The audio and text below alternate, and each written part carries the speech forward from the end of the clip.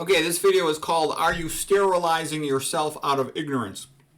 There are tons and tons of people who are making themselves infertile because they don't know anything about these estrogenic chemicals.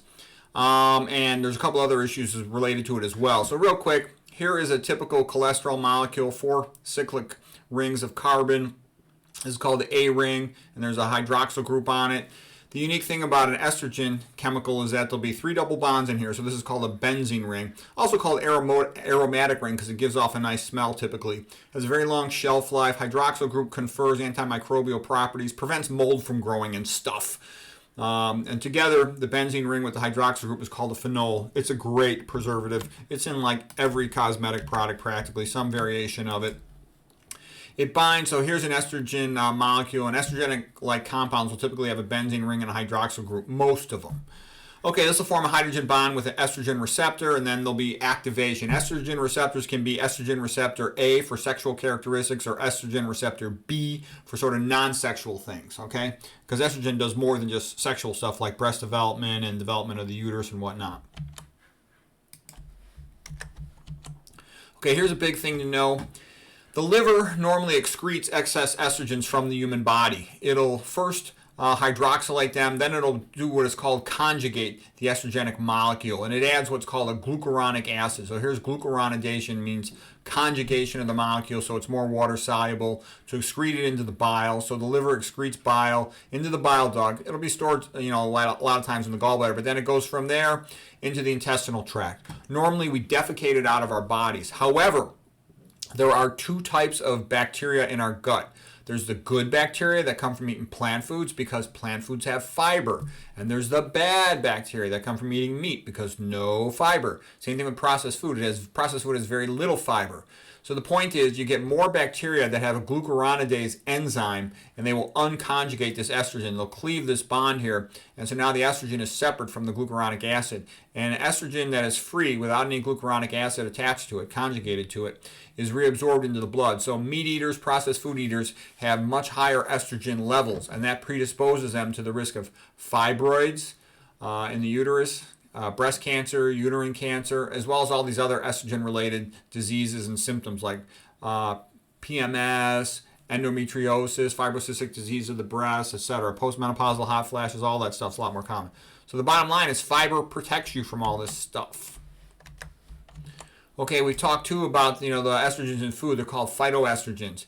And so basically a woman, the reason she's got estrogen, she's got breasts, she's got a Virginia down here. It's obvious why she's got estrogen, okay? It does very important, wonderful things, all right?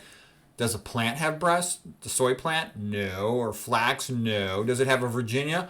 No, it does not. Well, then why would soy and flax have off-the-chart estrogens? Many, many thousands and thousands of times more estrogen than other plant foods. Isn't it obvious? What does a woman take for a birth control pill? EE2, ethinyl estradiol. It's an estrogen-like chemical because when estrogen levels are high, the body thinks it's pregnant, so it does not ovulate. Well, guess what? A berry might want to be eaten by a bear so he can then eat a bunch of berries, walk a couple miles into the forest and take a defecate, and, a new berry tree will grow there. Okay, but with some plants don't want to be eaten, okay? So they have sky-high estrogen levels to make the animal that eats them infertile. It's like a birth control pill pesticide.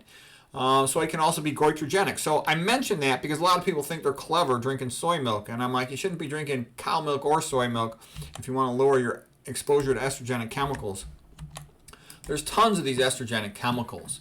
There's the only way you can really avoid these things, in my opinion, after studying them rather extensively. I read 3 books on the subject and a bunch of papers, is you just have to be a minimalist because they're in tons of things, So I'll have a whole bunch of separate lectures on them, but I'm just giving you a sense. And the point is, you typically will have something like a man will have 20 picograms per milliliter, but you can have thousands and thousands of picograms per milliliter from one of these exposures. A woman during her menstrual cycle varies from the same as a man, 20 picograms per milliliter, to up to 400 picograms per milliliter. Okay, and by the way, the best book on this subject is The Estrogen Generation by Dr. Anthony J. It's a masterpiece, okay? Okay, so now how is it that so many people are sterilizing themselves, both men and women? Like I said, high estrogen levels tell the body not to ovulate. It's like a birth control pill. It causes increased infertility. these estrogenic chemicals can be very potent in small amounts. Okay, when a man has higher estrogenic chemicals, he also will be likely to have lowered sperm counts or dysfunctional sperm. So it can cause male or female infertility. And like I said, the bad news is most people are lowering their fertility by all their diet and lifestyle habits. When they eat the soy, like I said, and also not only is it intrinsically estrogenic, it's sprayed with glyphosate, which is also estrogenic. Okay, corn is typically sprayed with atrazine, which is highly estrogenic. All right, and all the stuff made from these. Soy is a typical protein source in a lot of processed food. It can be used to make emulsifiers as well. Corn's a typical sweetener, like with high fructose corn syrup. People put the cell phone in the front pocket. A lot of guys do that. It's a low-power microwave transmitter. Microwaving their balls all day long. Stupid. Put it in the back pocket. I worry if that might increase the risk of rectal cancer. Put it in the front pocket of the shirt, the boob pocket. I worry if that might increase the risk of breast cancer. I certainly wouldn't recommend doing that. Tap water is amazingly full of estrogenic chemicals. It's just considered too expensive for municipal water filtration to remove estrogenic chemicals from the water. There's tons of them. Besides, when a woman pisses out her birth control pills, it gets into your drinking water. That's why you got to use a carbon filter drinking water. You're going to have birth control pill EE2 in there. You're going to have BPA, bisphenol A from the plastics, phthalates from the plastics, fragrances, and a whole bunch of other sources. The atrazine, we talked about it. The GP, we talked about it. F- is also present in most municipal city waters. Okay, it makes people a little more docile, more cow-like. Milk estrogens. Nowadays, the cows are engineered to be pregnant and make milk while they're pregnant, so their estrogen's really high because they're pregnant. And that's a problem. I've seen people, friends and relatives have a kid go into precocious puberty from milk estrogens. Soy's been also shown to potentially cause precocious puberty symptoms. Okay, there's papers on that. Meat it's often processed with hexane, neurotoxic stuff. Okay, meat often contains estrogenic chemicals. They'll give estrogens to the animal, the cow, the cattle, the chicken, because they want to fatten it up, makes it gain weight faster. And then also we talked about how it changes your gut bacteria to the bad type, a bad microbiome. There's basically two types of gut bacteria. We talked about that. Normally in humans, the liver conjugates glucuronic acid. We talked about that and how you deconjugate it when you got the bad gut flora from meat and processed food. And then, what's the good news in all this? Well, so what if you're infertile? We'll just open up the border and we'll have plenty of people to replace you, and we'll replace you with an artificial intelligence robot, and hopefully the new incomers will be more obedient and accept lower wages. Otherwise, we'll just open up the border some more and replace you with a new group, perhaps. So, anyways, for those of you who someday want to have a kid and want to maintain your testosterone levels, this stuff is easy to learn about. It's good to know about. Oh, I think I got more slides. Yeah, I got more slides. I'm not done yet here with this talk. Okay, hold on a second here. I thought that was maybe the big ending. No, shoot, sorry. I do got more slides here. All right, so here's just showing the parabenzoic acid. So this is the power position. This is the dominant substituent out here, the biggest group of carboxylic acid. Opposite is the power position. This would be the ortho position for O, meta, M.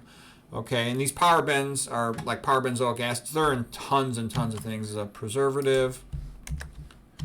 Okay, this is just the thing that I gave talk about this before, but basically a lot of young guys are rubbing this stuff on their Johnsons when they're spanking the monkey, and I don't think that's a good idea, shampoos or moisturizers, because they're very high in estrogenic chemicals, and you're rubbing it directly and right next to your testosterone factory. Not a smart move to be doing that. Okay, and here's a typical guy, they go, oh, he's got a beer belly. Well, maybe he's got a little more than a beer belly, okay? The estrogenic chemicals make him look like a pregnant female, and the prominent breast called gynecomastia, man boobs or moobs, should be concerned about it. It's not normal to be fat. It means something's wrong. And there's a lot of things people don't even think about it, but a lot of people have their grass sprayed with atrazine, then their dog runs around in that, and the dog comes into the bed, and the dog brings that herbicide into the bed, so that's more estrogenic exposures right there.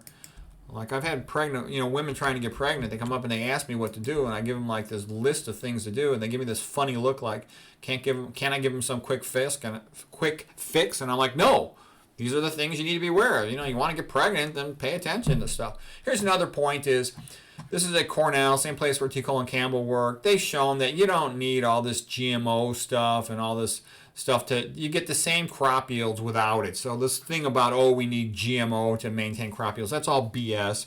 It's another trick to sort of like control the food supply. It's BS.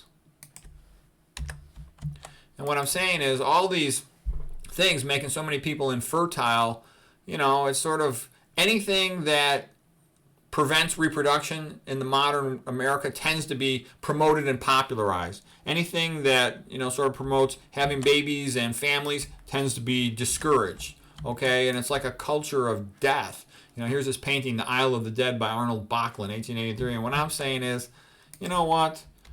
I prefer a culture of the living. Okay, this is The Island of Life by Arnold Bachlin. You don't have to be infertile and sick. If you live like our healthy ancestors did, we want to live like Adam and Eve with indoor plumbing and heating. We can be very healthy. Look at all the Dan Buettner National Geographic healthy people in their 90s and 100s.